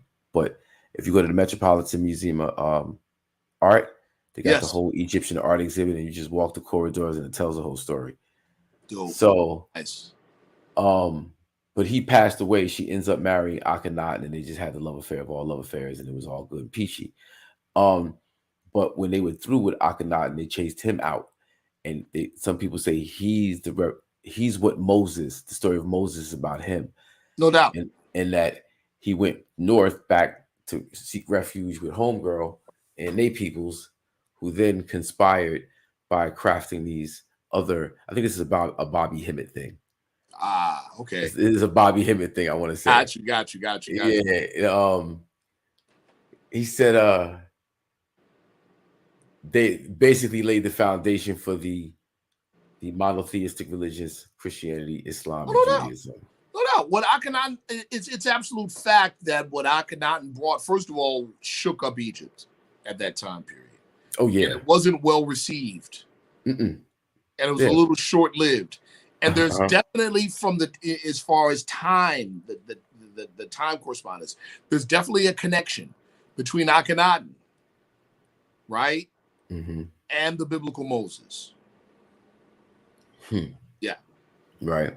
But then, Moses, when you break down the Hebrew, because each letter in Hebrew is a word Mm-hmm. and a number. Mm-hmm. So when you start going there, it takes on a whole nother life, and it unlocks so many other doors, right? So it's like, for me, it's like having a priesthood. Like, we talk about how old humanity is, Right. right?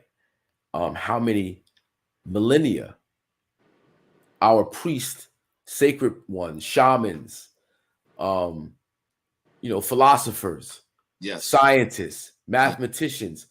I hate that, especially ancient Africa and ancient America doesn't get credited for mathematics and being able to build these, ginormous structures that are aligned, you know, with the skies, the longitude, latitude.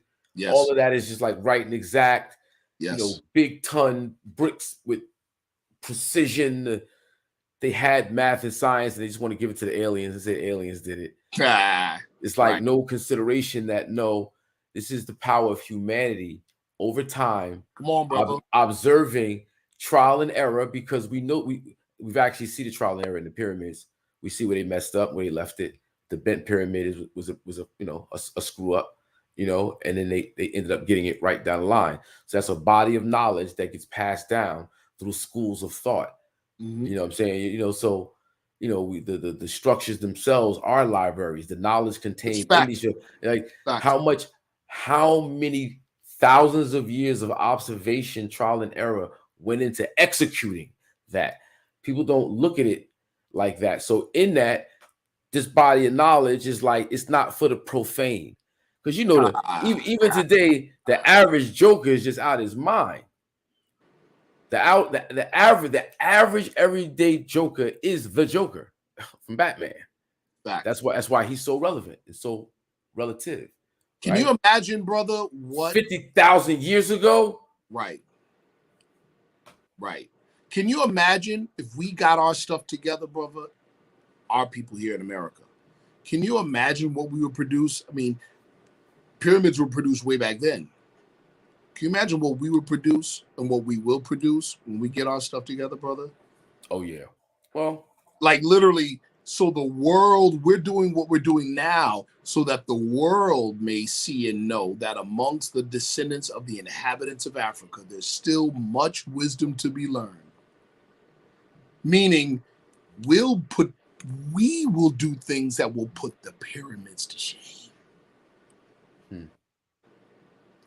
when we organize. We get our shit together and organize. Because the pyramid was a lot of organization. Correct. Trust and believe. Trust and believe. Correct. Yeah, he said that a lot of organization. Then the Nephilim built them. Yeah. If the Nephilim was us, then there it is. I'm saying, yo. The human family is actually very magnificent, doesn't get enough credit. Right. We focus on the positives and leave the negatives to the side. There you go. But been a dynamic conversation with you, brother Sharif Bey. Bro, you family. It always is, bro. Always is. Oh yeah. So I just want to remind folks, right? We're gonna have the brother back, no doubt. We're gonna do a part 3. This is part 2. I want to remind folks to go cop that Aubrey album that's available at HakeemGreen.com, or you can stream it on all your favorite streaming platforms. It's called Aubrey, Aubrey, Hakeem Green. The next single out is called Real Hip Hop for the People, because that's where we bring people the real hip hop. With that said, this is IZM TV, my man Sharif Bey. Everybody that joined us in the chat, really respect you. Thank you for coming through. Appreciate it. Like, subscribe, hit that bell, and we out of here. Sir.